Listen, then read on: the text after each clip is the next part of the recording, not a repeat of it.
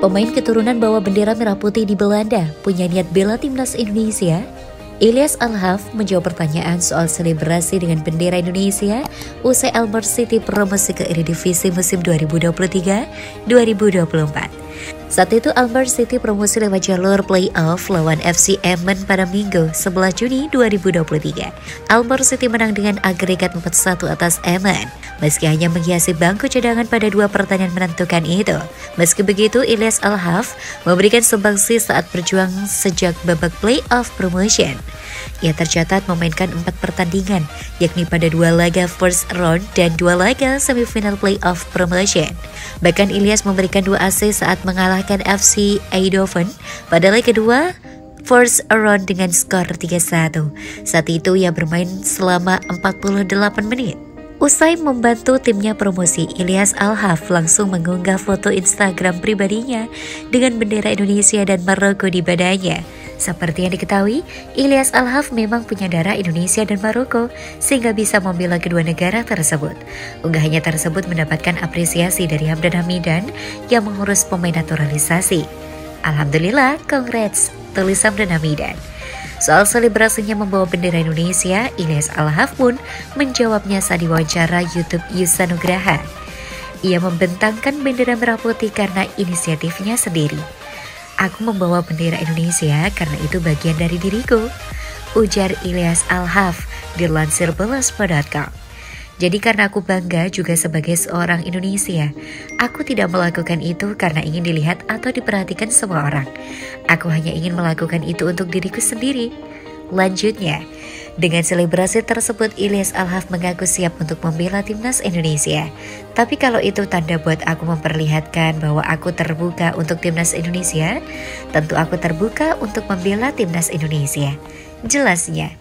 Lebih lanjut sebenarnya ia masih terus bertanya-tanya apakah PSSI benar-benar mengejarnya di masa depan untuk membela timnas Indonesia.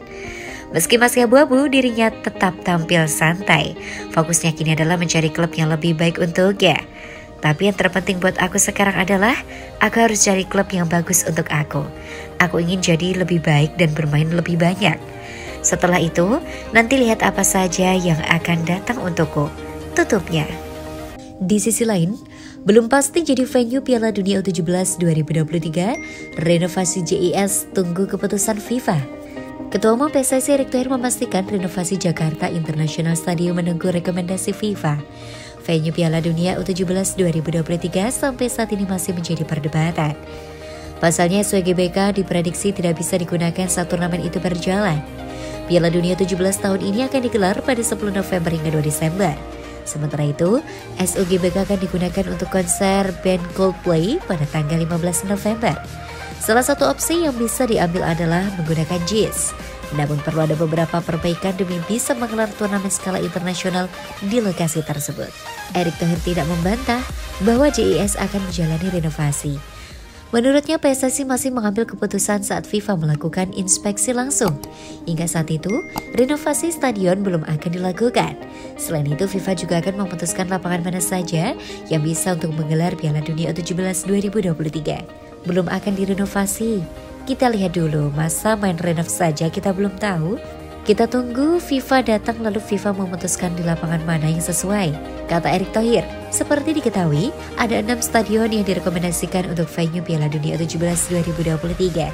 Stadion tersebut adalah venue Piala Dunia U20 2023 yang akhirnya batal digelar di Indonesia, yakni Stadion Manahan Solo, Stadion Utama Gelora Bung Karno Jakarta, Stadion Gelora Bung Tomo Surabaya, Stadion Gelora Sriwijaya Palembang, Stadion Kapten Iwayan Dipta Bali, dan Stadion Sijalak Harupat Bandung.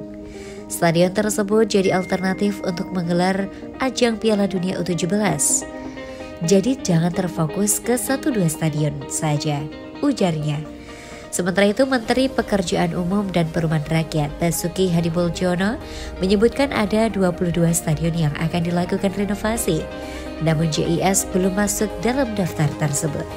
Kalau JIS belum, mungkin dari DKI Jakarta, besok pagi baru kami ketemu Pak Menteri BUMN dengan PJ Gubernur di kantor saya. Yang kemarin dievaluasi akhirnya pada diprogramkan termasuk yang U20 sudah disiapkan.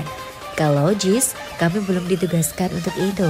kata Basuki Hadimuljono.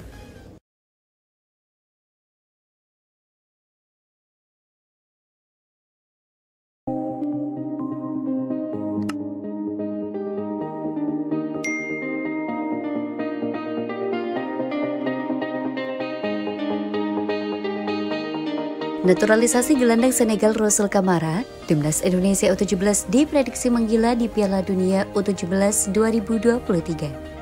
Jika menaturalisasi gelandang asal Senegal Rossel Kamara, Timnas Indonesia U17 diprediksi menggila di Piala Dunia U17 2023. Pasalnya, Rossel Kamara memiliki kualitas kontrol bola, operan, fisik yang kuat, hingga dribbling yang ciamik.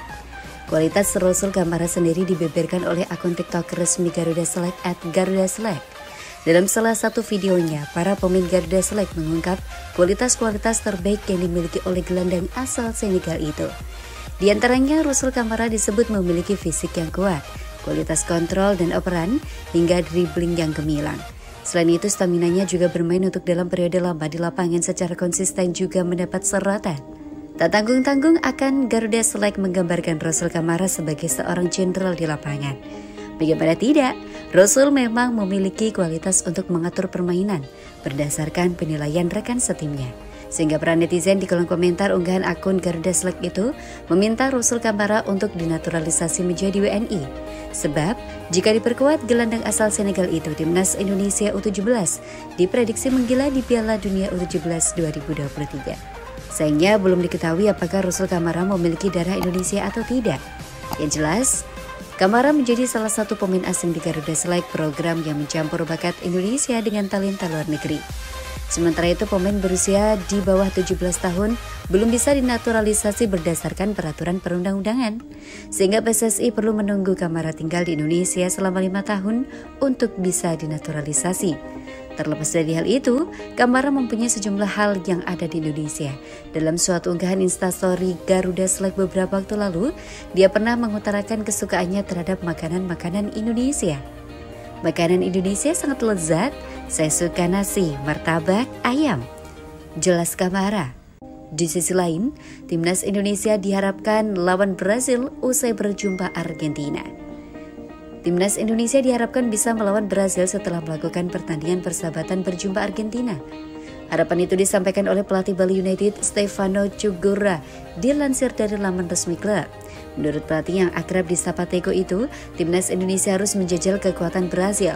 Sebab Brazil merupakan negara yang sudah merasakan 5 gelar juara dunia pada tahun 1958, 1962, 1970, 1994, dan 2002.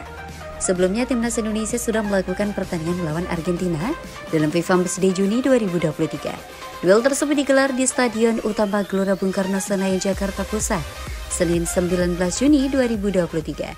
Sebanyak 54.000 penonton menyaksikan pertandingan Timnas Indonesia versus Argentina. Hasilnya, juara Piala Dunia 2022 itu meraih kemenangan dengan skor 2-0 atas Timnas Indonesia. 2 gol Argentina dicetak oleh Leandro Paredes dan Christian Romero di masing-masing babak. Meski kalah, permainan Timnas Indonesia dipuji masyarakat tanah air. Harapan Tiko sebenarnya bisa saja terwujud, sebab PSSI berencana mendatangkan lagi negara top dunia untuk melawan Timnas Indonesia. Federasi Sepak Bola Indonesia itu ingin mengundang negara top dunia ke Indonesia setiap tahun. Ada kabar untuk tahun depan, PSSI mau membawa Timnas Portugal ke tanah air. Datangnya negara-negara top ke Indonesia tentu saja ada alasan tertentu dari PSSI. PSSI ingin menguji mental bertanding para pemain Timnas Indonesia. Ada yang bertanya setelah Argentina ada rencana apa lagi? Saya bilang pasti ada, karena Ketua Umum Pak Erick Thohir salah satu tujuannya di FIFA Matchday adalah membuat mental anak-anak kita terasah uji nyali. Kemudian ditanya siapa-siapa saja, ya banyak. Dengan Portugal ya, salah satunya Brazil ya, Maroko, ya begitu. Bukan lantas saya bilang pasti dengan Portugal, ucap Wakil Ketua Umum PSSI Zainuddin Amali.